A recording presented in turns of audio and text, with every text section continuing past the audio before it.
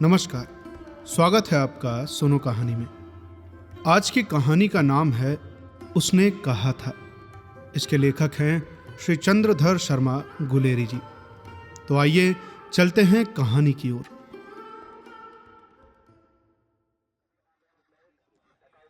बड़े बड़े शहरों के इक्के और गाड़ी वालों की जबान के कोड़ों से जिनकी पीठ छिल गई है और कान पक गए हैं, उनसे हमारी प्रार्थना है कि अमृतसर के बम्बू काट वालों की बोली का मरहम लगावें।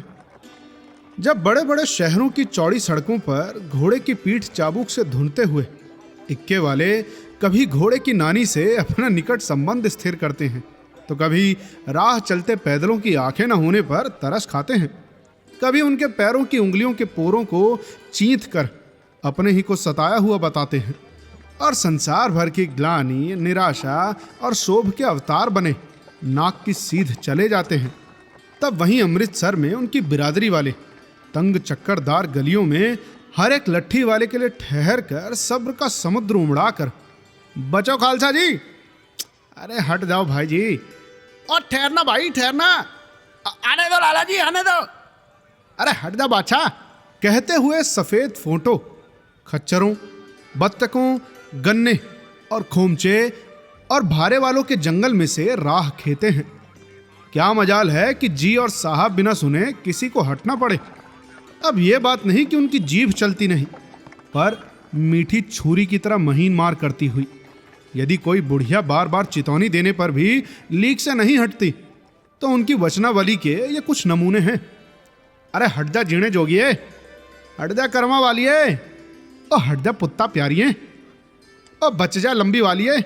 समष्टि में इनके अर्थ हैं कि तू जीने योग्य है, तू भाग्यों वाली है, पुत्रों को प्यारी है, लंबी उम्र तेरे सामने है, तू क्यों मेरे पहिए के नीचे आना चाहती है, बच जा। ऐसे बम्बू काट वालों के बीच में से होकर एक लड़का और एक लड़की चौक की एक दुकान पर आ मिले। उसके बालों और इसके ढीले सुथने से जान पड़ता था कि दोनों सिख हैं। वो अपने मामा के केश धोने के लिए दही लेने आया था और वो रसोई के लिए बड़ियां। दुकानदार एक परदेसी से गुंथ रहा था जो शेर भर गीले पापड़ों की गड्डी को बिना गिने हटता न था। ओए, तेरे घर कहाँ है? मगरे में। और तेरे? मांझी में। यहां कहाँ रहती है? अतर सिंह की बैठक में, वो मेरे मामा होते हैं। मैं भी मामा के यहाँ आया हूँ, उनका घर यहीं गुरु बाजार में है। इतने में दुकानदार निपटा और इनका सौदा देने लगा। सौदा लेकर दोनों साथ साथ चले। कुछ दूर जाकर लड़के ने मुस्कुरा कर पूछा, ओए, तेरी कुड़माई हो गई क्या? इस पर लड़की कुछ आंखें चढ़ाकर धत कहकर दौड़ गई और लड़का मुंह देखता रह गया। अब दूसरे तीसरे दिन सब्जी वाले के यहां, दूध वाले के यहां अकस्मात दोनों मिल जाते। महीना भर यही हाल रहा। 2-3 बार लड़के ने फिर पूछा, तेरी कुड़माई हो गई? और उत्तर में वही धत यही मिला। एक दिन जब फिर लड़के ने वैसे ही हंसी में चिढ़ाने के लिए पूछा, ओए, तेरी कुड़माई हो गई? तो लड़की लड़के की संभावना के विरुद्ध बोली, हाँ हो गई। कब? कल। देखते नहीं है रेशम से कड़ा हुआ सालू। ये कहकर लड़की भाग गई। लड़के ने घर की राह ली। रास्ते में एक लड़के को मोरी में ढकेल दिया, एक छाबड़ी वाले की दिन भर की कमाई खोई, एक कुत्ते पर पत्थर मारा और एक गोभी वाले के ठेले में दूध उंडेल दिया। सामने नहाकर आती हुई किसी वैष्णवी से टकराकर अंधे की उपाधि पाई। तब कहीं जाकर घर पहुंचा। भाग 2। राम राम, ये भी कोई लड़ाई है। दिन रात खंदकों में बैठे हड्डियां अकड़ गई। लुधियाना से 10 गुना जाड़ा और मैं और बर्फ ऊपर से, पिंडलियों तक कीचड़ में धंसे हुए हैं। जमीन कहीं दिखती नहीं और ऊपर से घंटे 2 घंटे में कान के पर्दे फाड़ने वाले धमाके के साथ सारी खंदक हिल जाती है और 100-100 गज धरती उछल पड़ती है। अब इस देवी गोले से बचे तो कोई लड़े। यार, नगर कोट का जलजला तो सूना था, मगर यहाँ दिन में 25 जलजले होते हैं, और जो कहीं खंदक से बाहर साफा या कोहनी निकल गई तो चटाक से गोली लगती है। पता नहीं बेईमान मिट्टी में लेटे हुए हैं या घास की पत्तियों में छिपे रहते हैं। अरे लहना सिंह, और 3 दिन हैं, अब 4 तो खंदक में बिता ही दिए, परसों रिलीफ आ ही जाएगी और फिर 7 दिन की छुट्टी। अपने हाथों झटका करेंगे और फिर पेट भर खाकर सो रहेंगे। उसी फिरंगी मेम के बाग में मखमल का सा हरा घास है, फल और दूध की वर्षा तो कर ही देती है। लाख कहते हैं हम लोग, मगर दाम नहीं लेती। कहती है, अरे तुमसे लेंगे, तुम राजा हो, मेरे मुल्क को बचाने आए हो। अब 4 दिन तक एक पलक नींद नहीं मिली। बिना फेरे घोड़ा बिगड़ता है और बिना लड़े सिपाही। मुझे तो संगीन चढ़ाकर मार्च का हुक्म मिल जाएगा, फिर 7 जर्मनों को अकेले मार कर न लौटूं तो मुझे दरबार साहब की दहेली पर माथा टेकना नसीब न हो। पाजी कहीं के कलों के घोड़े संगीन देखते ही मुंह फाड़ देते हैं और पैर पकड़ने लगते हैं। यों अंधेरे में 30-30 मन का गोला फेंकते हैं। उस दिन धावा किया था, 4 मील तक एक जर्मन नहीं छोड़ा था। वो तो पीछे जनरल ने हट जाने का कमान दिया, नहीं तो सीधे बर्लिन पहुंच जाते। क्यों बे? सूबेदार हजार सिंह ने मुस्कुरा कर कहा, लड़ाई के मामले में जमादार या नायक के चलाए नहीं चलते, बड़े अफसर दूर की सोचते हैं। 300 मील का सामना है लाला, एक तरफ बढ़ गए तो क्या होगा? यार बात तो सच है सूबेदार जी, लहना सिंह बोला, पर करे क्या? हड्डियों हड्डियों में तो जाड़ा धंस गया है, सूर्य निकलता नहीं और खाई में दोनों तरफ से चंबे की बावलियों के से सोते झर रहे हैं। बस एक धावा हो जाए तो गर्मी आ जाए। उदमी उठ, सिगड़ी में कोयले डाल। वजीरा, तुम 4 जने बाल्टियां लेकर खाई का पानी बाहर फेंको। ओ मां सिंह, शाम हो गई है, खाई के दरवाजे का पहरा बदल ले। ये कहते हुए सूबेदार सारी खंदक में चक्कर लगाने लगे। वजीरा सिंह पलटन का विदूषक था। बाल्टी में गंदला पानी भरकर खाई के बाहर फेंकता हुआ बोला, मैं पाधा बन गया हूं, करो जर्मनी के बादशाह का तर्पण। इस पर सब खिलखिला पड़े और उदासी के बादल फट गए। लहना सिंह ने दूसरी बाल्टी भरकर उसके हाथ में देकर कहा, अपनी बाड़ी के खरबूजों में पानी दो, ऐसा खाद का पानी पंजाब भर में नहीं मिलेगा। हाँ, देश क्या है, स्वर्ग है। मैं तो लड़ाई के बाद सरकार से 10 गुमा जमीन यहीं मांग लूंगा और फलों के बूटे लगाऊंगा। लाड़ी होरा को भी यहीं बुला लोगे या वही दूध पिलाने वाली फिरंगी में? चुप कर, यहां वालों को शर्म नहीं। देश देश की चाल है। आज तक मैं उसे समझा न सका कि सिख तंबाकू नहीं पीते, वो सिगरेट देने में हट करती है, ओठों में लगाना चाहती है, और जब मैं पीछे हटता हूं तो समझती है कि राजा बुरा मान गया, अब मेरे मुल्क के लिए नहीं लड़ेगा। अच्छा वो छोड़, ये बता बोधा सिंह कैसा है? अच्छा है। अच्छा बच्चा, रहने दो, जैसे मैं जानता ही ना हूं। मुझे पता है कि रात भर तुम अपने कंबल उसे उड़ाते हो और आप सिगड़ी के सहारे गुजर करते हो। उसके पहरे पर आप ही पहरा दे आते हो। अपने सूखे लकड़ी के तख्तों पर उसे सुलाते हो और आप कीचड़ में पड़े रहते हो। देखना यारा, कहीं तुम न मांदे पड़ जाना। अब जाड़ा है क्या, मौत है, और ऊपर से निमोनिया से मरने वालों को मुरब्बे नहीं मिला करते। अरे मेरा डर मत करो यार, मैं तो बुलेल की खड्ड के किनारे मरूंगा। भाई कीरत सिंह की गोदी पर मेरा सिर होगा और मेरे हाथ के लगाए हुए आंगन के आम के पेड़ की छाया होगी। तभी वजीरा सिंह ने त्योरी चढ़ा कर कहा, क्या मरने मारने की बात लगाई है? मरे जर्मनी और तुरक। हाँ भाइयों, कैसे यार? दिल्ली शहर दे पिशोर नु जांदिए, दिल्ली शहर ते पिशोर नु जांदिए, कर लेना लोगां दा व्यापार मंडिए, कर लेना नाड़े दा सौदा अड़िए, लाना चटाका कदूए नु, कद्दू बणिया वे मजेदार गुरिए, हुण लाना चटाका कदूए नु। कौन जानता था कि दाढ़ियों वाले घरवारी सिख ऐसा लुच्चों का गीत गाएंगे। पर सारी खंदक इस गीत से गूंज उठी और सिपाही फिर ताजे हो गए, मानो 4 दिन से सोते और मौज ही करते रहे हों। भाग 3। दोपहर रात गई है, अंधेरा है, चारों ओर सन्नाटा छाया हुआ है। बोघा सिंह खाली बिस्कुटों के 3 टीनों पर अपने दोनों कंबल बिछाकर और लहना सिंह को 2 कंबल और एक बरान कोट ओढ़ाकर सो रहा है। लहना सिंह पहरे पर खड़ा हुआ है। एक आंख खाई के मुंह पर है और एक बोघा सिंह के दुबले शरीर पर। बोघा सिंह कराहा। क्यों बोगा भाई, क्या है? अरे पानी पिला दो। लहना सिंह ने कटोरा उसके मुंह से लगाकर पूछा। कहो कैसे हो? पानी पीकर बोधा बोला। कभी छूट रही है, रोम रोम में तार दौड़ रहे हैं, दांत भी बज रहे हैं। अच्छा तो लो, ये मेरी जर्सी पहन लो। और तुम? अरे मेरे पास सिगड़ी है यार, और मुझे गर्मी लगती है, वैसे भी पसीना आ रहा है, देख ना। मैं नहीं पहनता, 4 दिन से तुम मेरे लिए। अच्छा हाँ, याद आई, अरे मेरे पास दूसरी गर्म जर्सी है, आज सवेरे ही आई है। विलायत से बुन बुन कर भेज रही है मैं गुरु उनका भला करे। यों कहकर लहना अपना कोट उतार कर जर्सी उतारने लगा। सच कहते हो ना? और नहीं क्या, झूठ बोलूंगा?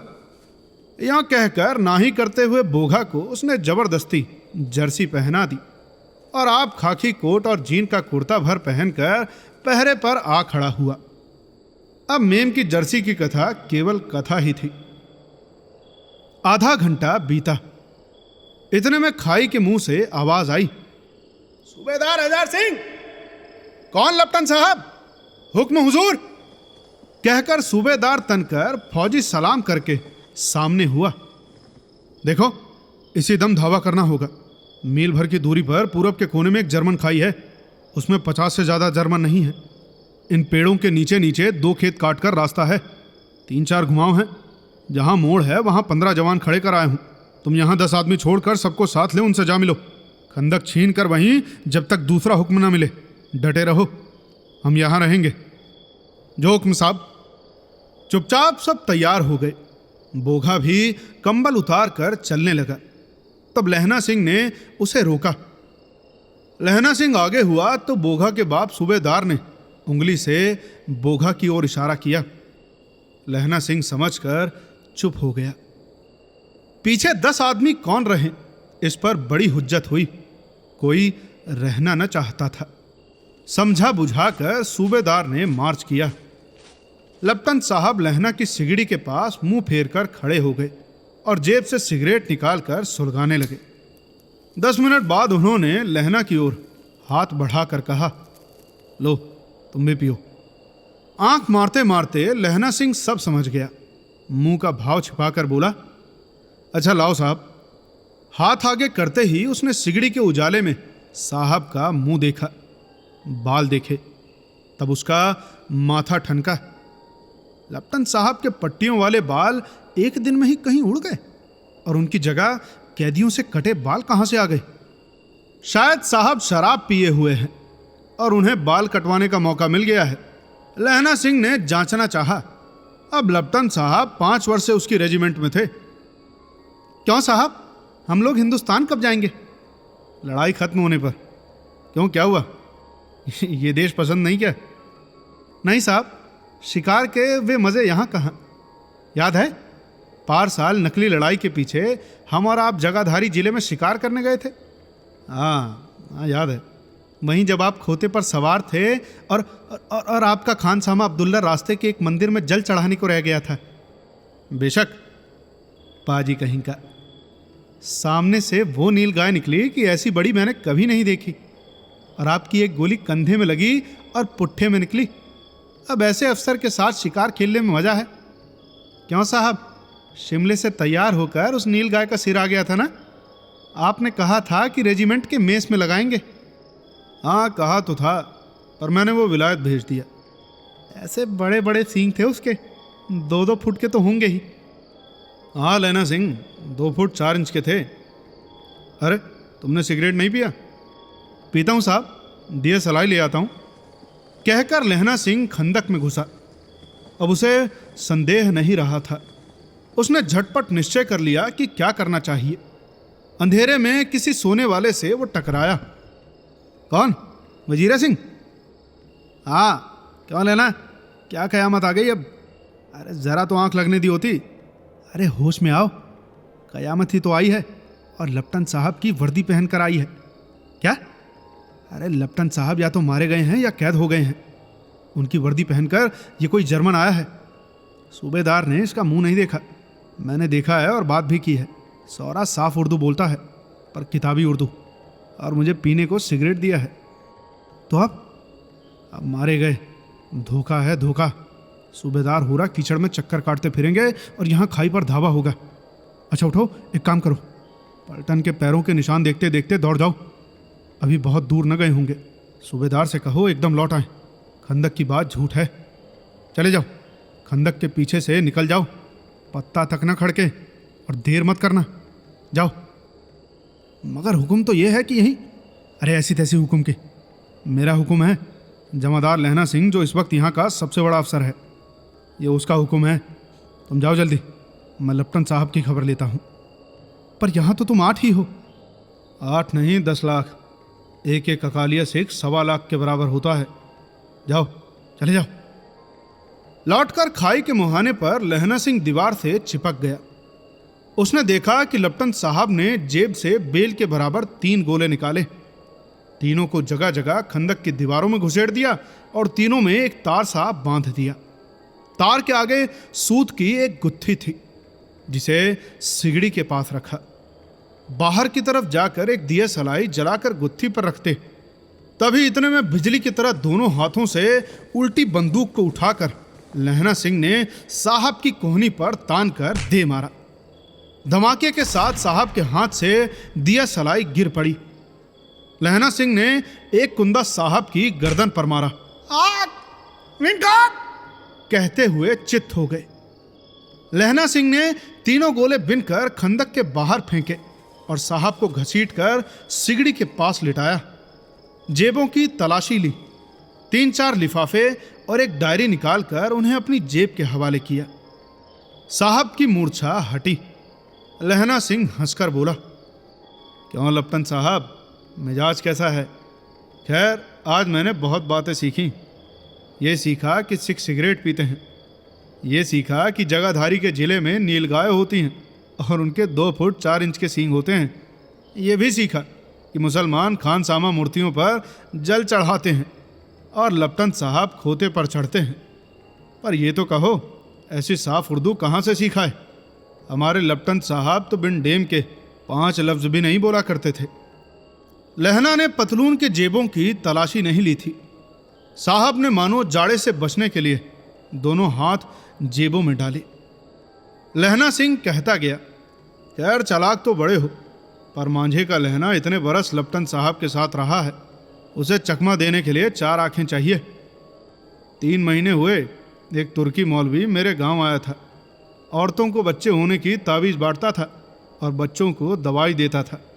चौधरी के बड़ के नीचे मंजा बिछाकर हुक्का पीता रहता था और कहता था कि जर्मनी वाले बड़े पंडित हैं, वेद पढ़ पढ़कर उसमें से विमान चलाने की विद्या जान गए हैं। गौ को नहीं मारते, हिंदुस्तान में आ जाएंगे तो गौ हत्या बंद कर देंगे। और तो और मंडी के बनियों को बहकाता कि डाकखाने से रुपया निकाल लो, सरकार का तो राज्य जाने वाला है। उसकी बात सुनकर बेचारा डाक बाबू पोलू राम भी डर गया था। मैंने मुल्ला जी की दाढ़ी मूड़ दी थी और गांव से बाहर निकाल कर कहा था कि जो मेरे गांव में पैर रखा तो तभी साहब की जेब में से पिस्तौल चला और लहना की जांघ में गोली लगी। तभी इधर लहना की हेनरी मार्टिन के 2 फायरों ने साहब की कपाल क्रिया कर दी। धड़ाका सुनकर सब दौड़ आए। बोधा चिल्लाया, अरे क्या है? लहना सिंह ने उसे यह कहकर सुला दिया, अरे कुछ नहीं, एक खड़का हुआ कुत्ता आया था, मार दिया। और औरों से सब हाल कह दिया। सब बंदूकें लेकर तैयार हो गए। लहना ने साफा फाड़कर घाव के दोनों तरफ पट्टियां कसकर बांधी। घाव मांस में ही था। पट्टियों के कसने से लहू निकलना बंद हो गया। इतने में 70 जर्मन चिल्लाकर खाई में घुस पड़े। सिखों की बंदूकों की बाढ़ ने पहले घावे को रोका, दूसरे को रोका, पर यहाँ थे 8। लहना सिंह तक तक कर मार रहा था। वो खड़ा था और लेटे हुए था, और वे 70। अपने मुर्दा भाइयों के शरीर पर चढ़कर जर्मन आगे घुसे आते थे। थोड़े से मिनटों में वो अचानक आवाज आई, वाहे गुरु जी की फतेह, वाहे गुरु जी का खालसा। और धड़ाधड़ बंदूकों के फायर जर्मनों की पीठ पर पड़ने लगे। ऐन मौके पर जर्मन 2 चिक्की के पाटों के बीच में आ गए। पीछे से सूबेदार हजारा सिंह के जवान आग बरसाते थे और सामने लहना सिंह के साथियों के संगीन चल रहे थे। पास आने पर पीछे वालों ने भी संगीन पिरोना शुरू कर दिया।